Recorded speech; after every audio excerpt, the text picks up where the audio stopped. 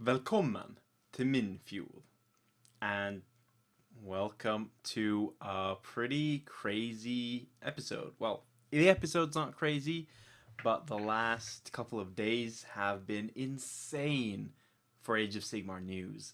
Um, you've probably seen a lot of it already. Warhammer Community has been covering it. All the major blogs and YouTube channels, everyone's on it.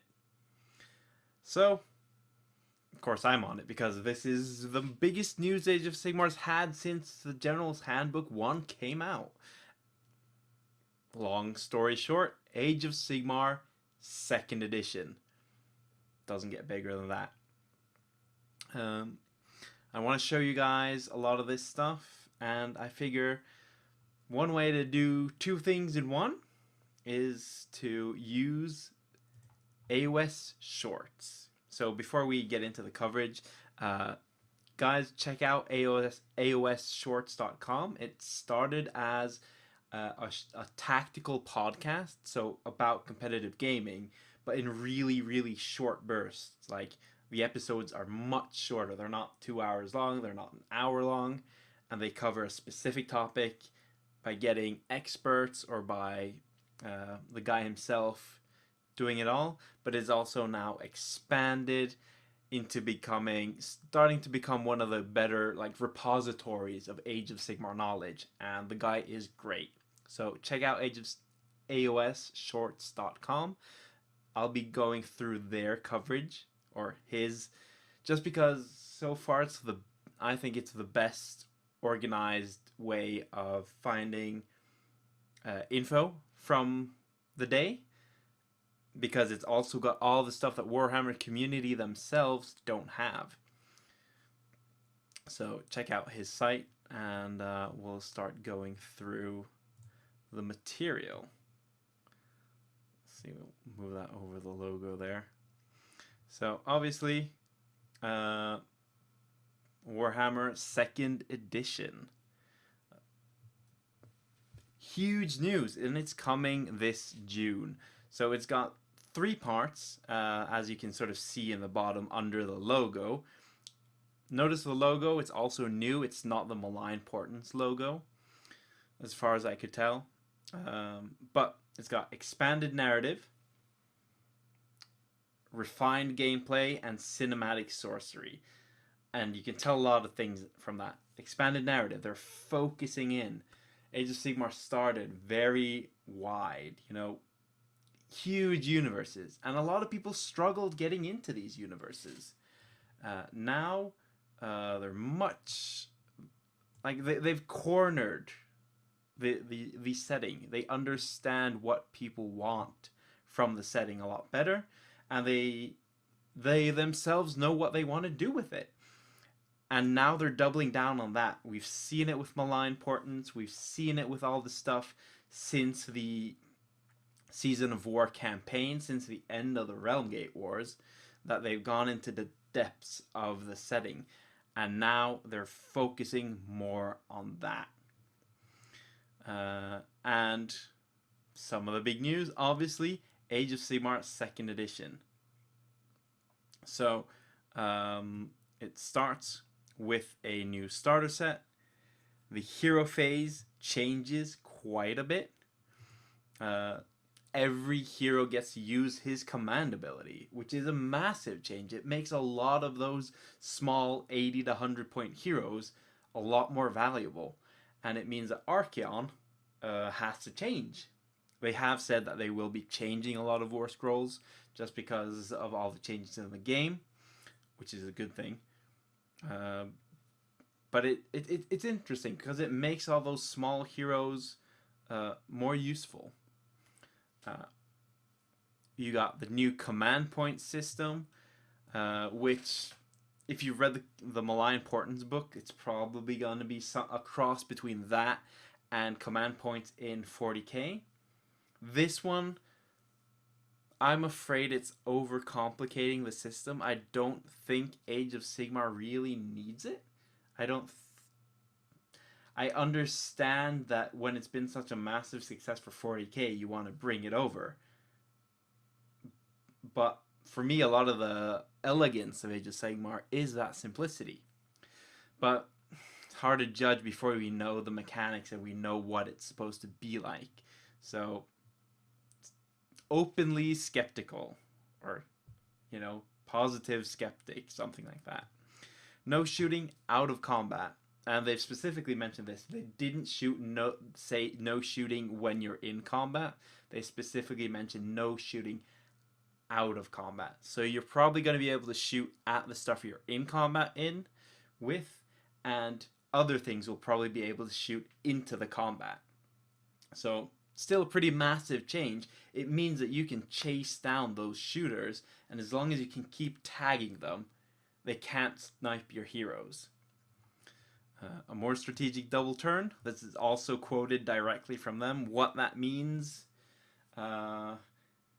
probably means that you can get pluses and minuses and buffs for your double turn. Maybe it's something like in matched play, whoever has the least points gets a plus on their roll or something. We're probably going to see a change to how the first turn is decided. It's probably not going to be least drops. In 40k, it's the least drops get +1 on their roll. Probably going to see the same system. If you have an Age of Sigmar army now, you can use it. Good. I would be disappointed if they did anything differently, but they haven't been doing it that way. Rules and War Scrolls will still be free. Again, another positive thing. In 40k, they're not. You could probably get the rules somewhere, but the War Scrolls and the core rules aren't free, which, when they're doing it with Age of Sigmar, is kind of weird that they're not doing it for 40k. The next point, all existing battle tomes will work. How? If they're doing a lot of fundamental changes, if they're changing War Scrolls, how will your battle tomes work? Or are the changes so small? There's going to be compatibility issues here, and I'm curious to see how they will tackle this. But for those of you guys who've seen, the General's Handbook 2018 is not the second edition. It is still a separate book. So that's probably where you're going to get the majority of like the matched play stuff still. Second edition has been mentioned to have a rule book, a thick rule book with like 200 pages of fluff, rules, pictures. So something like the 40k rule book probably, which is good. It means that it's easy for newbies to know where they start. They buy this book, they have what they need. While in Age of Sigmar now, you don't. So that's good. Like, so far, a lot of the ideas I've been talking about are good. New edition, new starter box, and heroes of this one will be Stormcast. Obviously, always Stormcast. And this is the Sacrosanct Chamber, which are like the magic users. And these guys are gorgeous. I know people have been thinking that Stormcast are a bit static, they're a bit samey, they all look very similar, stuff like that. This is starting to move away from that. Obviously, if you look at this guy, he's riding the same mount as the Lord Aquilor, just a bit more armored. So this isn't a solution to that. But he's also got a slightly different pose. He's got his staff. But then you start looking at these guys, who will probably be the Sacrosanct Chamber infantry, they have the same obvious body shape as Stormcast. Same thing that you get with Space Marines. You can't get away from that body shape. But these are also clearly different. They have robes. They have different looking weapons, which, if you sort of see, are anvils, hammers shaped as anvils, in a sense, like stylized anvils, which is pretty cool. I'm also sort of not sure what these guys do, if they're liberators in dresses, but I think these models are really cool. The cloth adds a lot of dynamic to their pose. It makes them look a lot more interesting. But we also have these guys who are like, you can see the staffs that they're carrying. They're probably going to be like standard like paladin equivalents, except they shoot magic. Then you have one of the big pieces for a lot of people, the first new piece of proper artillery. I think the model is really cool, but I am disappointed in one thing. I'm disappointed that this is an artillery piece and two random dudes on the side. This should be on one base, like the warp lightning cannon. Just because how I'm afraid of how this unit is going to work. Because even in the Dark Elf book, they updated how war machines worked. But it's still it's a model. It's treated as a model and a unit, but it's made up of different models, and you still need the crew, and it's really weird. I wish this was all on one base, one model, easy, done. But can't have it all. Grenade crossbow guys for the Sacrosanct Chamber. So Sacrosanct Chamber, the magic users of Age of Sigmar or of the Stormcast, but also apparently the long range support. Vanguard have the best long range, like the crossbow guys, but I mean, look at the leader guy here. He's holding in his hand. That's not a crossbow bolt. That is some sort of grenade. These guys are like lobbing grenades from their crossbows. And wearing some pretty dope prayer beads while they're at it. So I'm thinking these guys will be all about that ranged power. Then you have this guy on his cat monster thing. Looks a lot less majestic than the Dracoffs and the Vanguard mounts. Looks kind of like lion, dragon, monkey thing. I don't know. I think the pose is good, but I don't like the face of the monster. Yeah, so like we're running through, but this one, guys, not that one. This one. Okay, so that picture doesn't go to the right place, but if you look at this picture here in the middle, these guys have sculpted bases.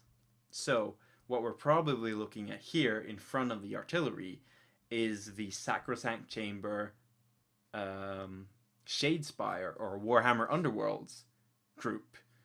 They've got the sculpted bases. There are 3 guys and a Gryph-hound. They're not the same models that we saw up here, which is what this is probably the regular unit that you buy in the box. These guys are what you get when you buy the Shadespire box. So this probably the Shadespire bunch, which is really cool. They look interesting, and they're ranged grenade firepower with a dog. Okay, not sure how that's going to work in Shadespire, but it's going to be interesting. Then we got this guy. Obviously, here's some more. These are like probably characters. This model is amazing. 1, it's a female Stormcast. 2, she's hoovering up the soul of that thing on the ground into her lantern, which is sort of grimdark. Just really cool. So painted version of the guy who we just saw. He's got some sort of tool thing on his base there, which is like maybe he sculpts things or like has them in cast iron or something. Either way, I like the sculpt, and apparently Sigmar really likes like beards. This guy, who's I'm not sure what to think about this pose. I think it's dynamic and interesting, but also kind of weird with Like, it looks a bit weird. It looks like an anime protagonist throwing out magic and not a Stormcast hero. I guess I'm outing myself, but I don't like this pose, but I like the idea of it. So painted pictures of those fighting guys. It's actually a really interesting head. Wow, all these pictures going to the wrong place? Apparently. Yeah, some more pictures of the Stormcast. And then over to the Night Haunt. So we know that the starter box is Night Haunt versus Sacrosanct. Sacrosanct is all about souls and magic and that stuff. So that's a response to counter the Night Haunt. Now, I am a death player, major death guy. I've got a massive cabinet over there with 10-ish thousand points of death. And now I'm starting a Night Haunt army because these guys look fantastic.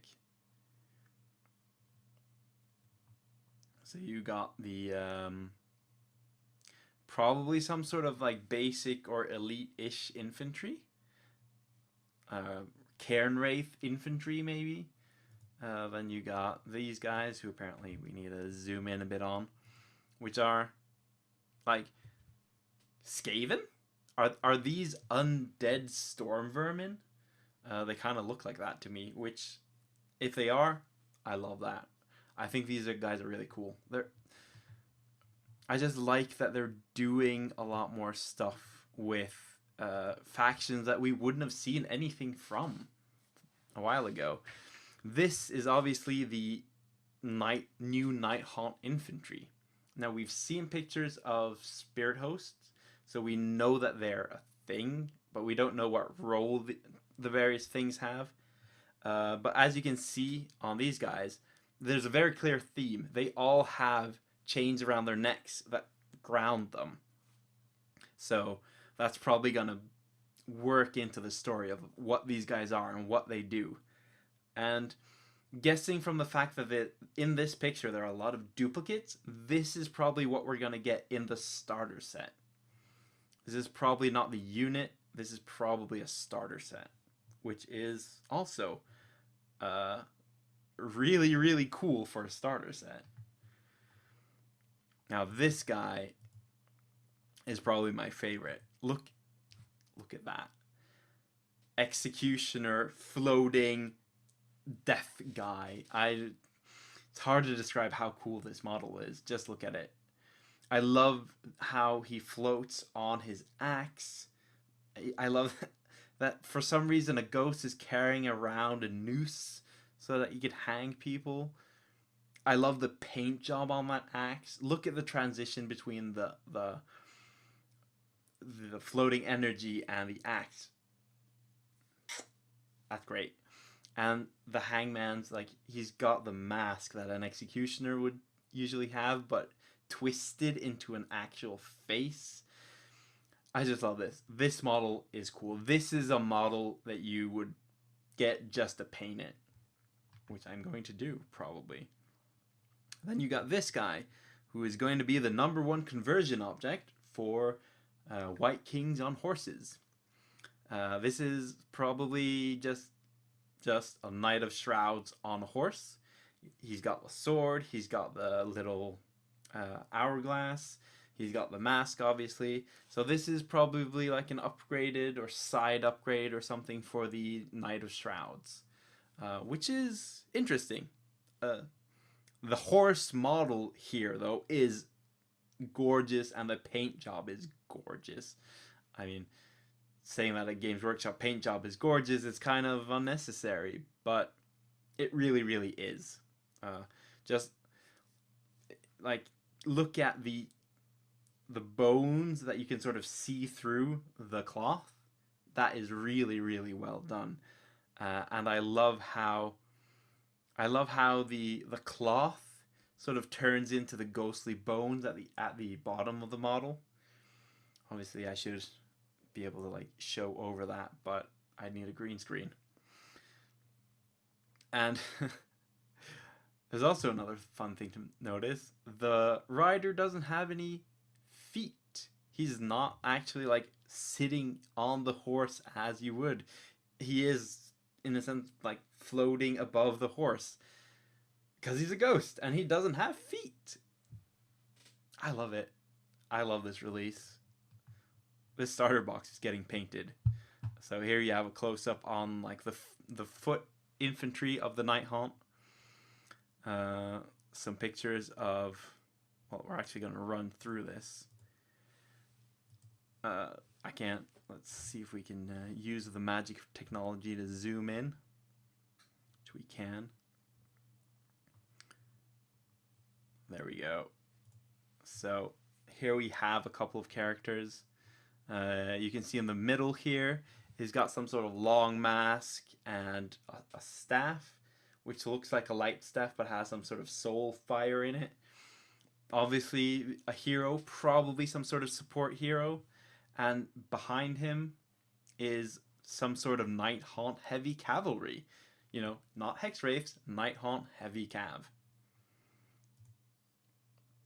And this is Banshees. And my guess is these are the Shadespire Night Haunt crew. I'm basing that because they have the sculpted bases, because there's just 4 of them, which is kind of a weird unit, and because they're all unique sculpts. And they're great Banshee models. Dynamic, they float around. They're like the female Screamer models, but if you look at them, they have like a veil, and then their mouths are like down here. You know, we need better pictures of these because I think these are actually quite terrifying. There you got the Skaven again, or I hope they're the Skaven. Kind of a hard picture to look at. So here you have another type of hero.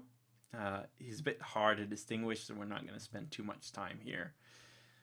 Close-up pictures from the trailer. Look at this. So, basing on this one, this might be Undead Blood Knights, because they have the fangs. I sort of hope they are.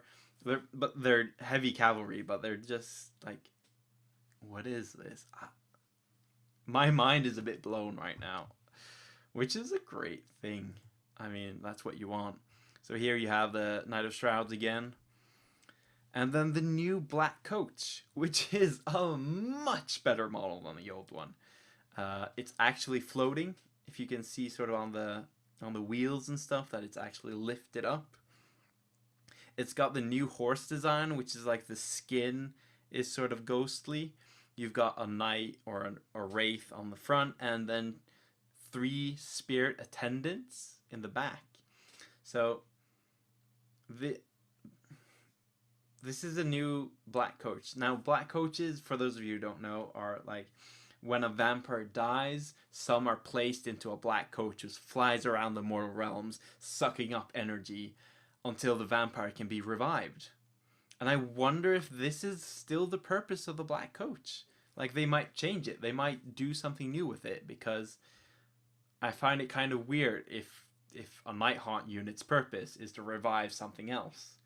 But we'll see. I'm definitely buying one of these models because that box right there, the white one, that's a Black Coach, which I bought a few years ago and was planning to make this summer and put on some flying stands to make it float. But apparently that was waiting to do that was a good idea. Alright, so here, close up on the unit again. You can see the champions holding like his staff. And we're gone through. Just lovely stuff. Next, some new paints. Technical paints. On the left. On your right, I guess, you got paints for... let's see if we can zoom out to 100% here again. So you got Hexwraith Flame, which is if you want green ghosts. So apparently, like my ghost recipe, not really needed anymore because you just slap this on. And then Nighthaunt Gloom if you want the dark blue ghost. So Games Workshop, essentially, if you want to collect these guys, spray your whole army white, slap on one or the other of these, you're pretty much done. So next thing, Malign Sorcery. This is an expansion. Apparently, it's not part of the core game. It's a separate thing, and it's all about these things. What I'm guessing is that if you remember from the announcement thing, it had like cinematic sorcery. I'm guessing this is what they mean, that you cast a spell, it has a permanent effect, like it creates that fireball, and it runs around the table. Maybe it has rules for how it does it, maybe it does it by random, but it runs around and it does all kinds of bad stuff. And you've got like this fiery mouth Pac-Man thing. You've got Coffin from Pokemon who needed a new job. You've got Katamari Damacy Spirit version. You've got the Flaming Skull. I mean, anyone playing D&D is probably going to buy this set as well, just to have like just to have tokens for their magic spells. And then you have Tesla coils. I don't know what they're called, but there's a theme in all of these. Obviously, this one is themed by like beasts, the realm of beasts. This one's realm of death. Who knows what realm this is? Realm of fire. Realm of light and shadow. So maybe they're connected to like realm magic. Maybe they aren't. Who knows? But it's a new thing, and it's going to be really, really interesting. And it's got some great art. So, I'm sorry, we're just running through all of this just because there's so much. We'd be here 10 hours if I wanted to do everything in the depth that I would like to. So here we see two obvious things and one really interesting one. Scenery dice, great. Scenery dice are really cool. I have Ben Curry's scenery dice for the old edition. This probably means that we're getting new scenery rules. Probably. So that's interesting. You're probably going to want to buy a set. Wound counters, they're D10s, really weird D10s. Just kind of unfortunate. There's not a lot of things that go up to 10. There's a lot of things that go up to 12 or 14 or 16 or 20. So I'd like nice big D20s or something. So, but you could use 2, I guess, but using 2 dice when you can just use a D20, kind of lame. The interesting point though is command and status dice, because we're getting command points, and like 40k, there's dice for it. So here you can see the wound counters. Obviously not regular ones, regular dice, like command and status dice. So they've got some symbols and they've got some numbers. So we don't know anything about how this works yet. And then scenery dice, which again, scenery dice. But here's some of my favorite stuff. New scenery. So look at these. Look at this. Do you see what I see? Modular scenery. You could take this, I hope, I may be wrong, but you could probably take this, build it in any sort of way you want, build it in several floors, build it in different configurations, and you can create functional buildings for Age of Sigmar, something that you couldn't do with the ruined kits that exist. There's generic walls. There's something that you can use for the inside or the outside. Hopefully there are enough tiles that you can create a roof. I love it. This is something that I've been waiting for a long time, and something that I think that Age of Sigmar, the game, needs to exist, because they block line of sight, they create areas filled with cover, they create cinematic moments, and they allow you to create space in the realm for your cities, your areas, your conquered territory. They're just, this is a very physical way of improving the game and the narrative, and I am very excited that this exists, and I hope I'm not disappointed with how they turn out. And you also have new objective markers. Same that you got when 40k came out, you got special tokens. These are really cool. I like these. You have a weapon pile, you have some floating stuff and some grave sites and some chests. Probably buy 2 kits just for the bits. So Shattered Dominion objectives. Then you have something really weird. Something that, you know, nobody's ever going to buy. This is a licensed gaming table. Honestly, I kind of want one. But you're probably going to be able to put like a gaming mat inside the middle area here, which means that it's gigantic.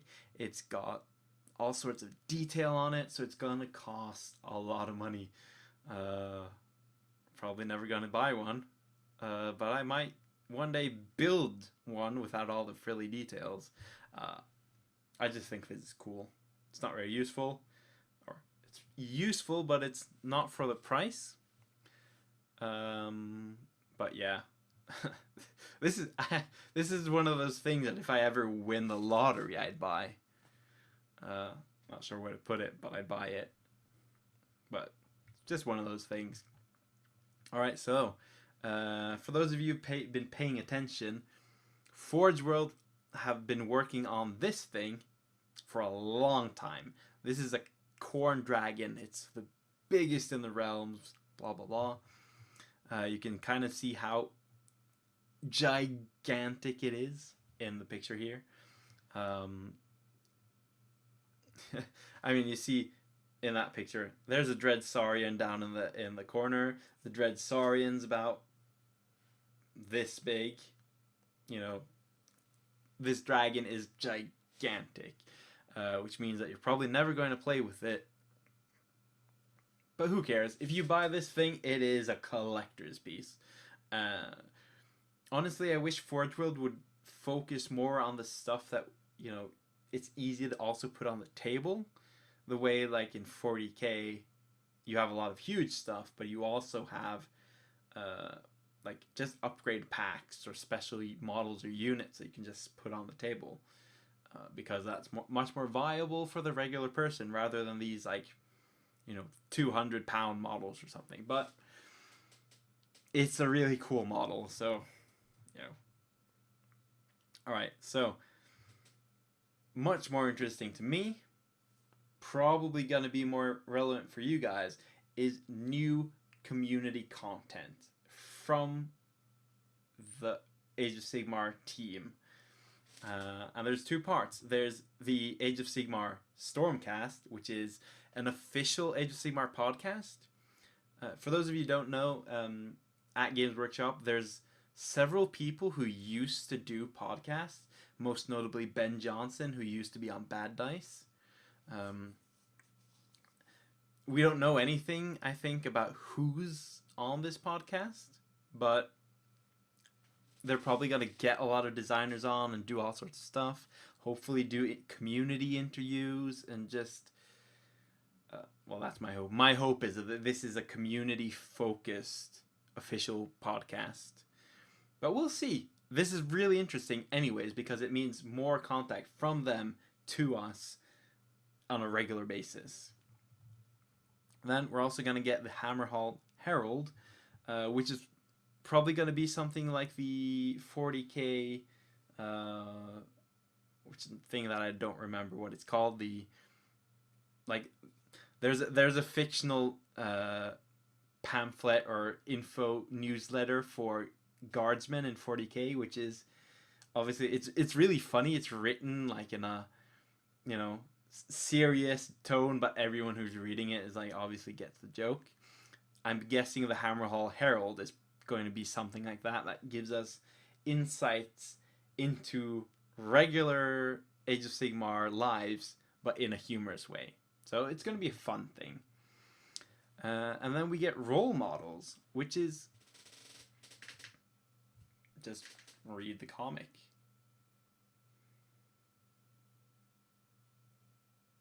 All right, I'm going to assume you guys can read a comic pretty fast. So this is, it's a web comic about Age of Sigmar, which is really interesting. They're not doing, this isn't this isn't a Games Workshop webcomic. This is an Age of Sigmar webcomic. Age of Sigmar is getting all of this attention. They're getting their own podcast. They're getting their own webcomic. They're getting a new community thing that I'm just completely losing the name for, but the Hammerhall Herald. That's a lot of focus. And remember, guys, these guys have to justify every pound they use. If they pay someone to draw this stuff and to write it, they have to justify it. If they want people to run a podcast, they have to justify the hours prepping, chatting, and editing. And that can be difficult in any business, and especially for Games Workshop, where the community already delivers podcasts. So this is great. This is a new focus and a new, an expansion of the Warhammer community's role in the Age of Sigmar online community, and it's a great thing. So those are most of the news from the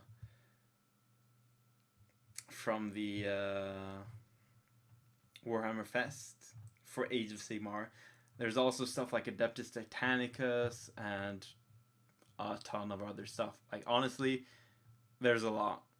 I haven't even, this is just most of the Age of Sigmar stuff. So we'll spend another sailing through the fjords talking about specific parts of this once we know more. Right now, this is just like an info dump, but I can tell you the new edition is coming in June. So if you have vacation money, if you're going anywhere, if you need to save up cash to buy a new starter set, start now. The book is out in less than a month and a half, probably. Alright, one more thing before we end here is that I'm gonna bring up a calendar for June. There are actually 5 Saturdays, but it's probably not going to be the 2nd of June. So we're looking at either in a month on the 16th, on the 23rd, releasing next to Coalescence, or on the 30th. So guys, get ready. There's a new edition coming very soon. Alright, so that's this sailing through the fjords. Just to wrap up and a bit of thoughts on all the new stuff. There's a lot. Once we get to know more, I'll talk more about it. But right now, it's a bit of a brain overload. But I'll see you guys again later. And until then, ha det bra.